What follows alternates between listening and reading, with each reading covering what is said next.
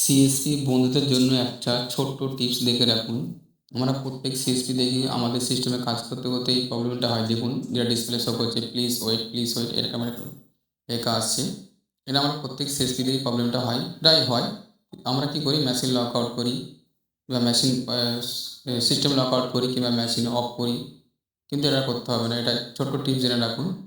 এই দেখুন, এটা রাইট মাউসের রাইট ক্লিক করে ওপরে টাচ বাক্সে যে এই যে ব্যাক প্রেস করলাম, ব্যাক পেজটা দুবার তিনবার করবেন যতক্ষণ না নম্বর জেনারেট হচ্ছে।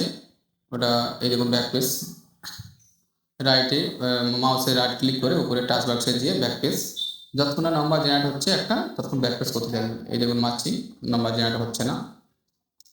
আবার করলাম ব্যাক, আবার করলাম ব্যাক, আবার করলাম, তাও হচ্ছে না। যতক্ষণ না নম্বর জেনারেট হচ্ছে ততক্ষণ আমরা ব্যাক থাকবো, করতেই যাব। তারপরে বলছি কি করতে হবে। হ্যাঁ, এখনও হলো না, আরেকবার দিলাম ব্যাক, এখনও আসছে। অনেক সময় দেরি হয় এটা, মানে এই দেখুন এসে গেছে। এসে গেলে এবার কী করবেন, আপনি আবার ফিরে যাবেন, মাউসের রাইট ক্লিক করে উপর দিকে টাচ বাক্সে ক্লিক করবেন, দেখবেন ওখানে আপনাকে একটা রিলোড, এই দেখুন রিলোড শর্টকাট কী আছে, কন্ট্রোলার। এটা একবার খালি ক্লিক করে দিন, দেখুন মেশিন ঠিক হয়ে গেছে। আপনারা সিস্টেম লক আউটও করতে হবে না আর মেশিন পাওয়ার অফ করতে হবে না। এই দেখুন ঠিক হয়ে গেল।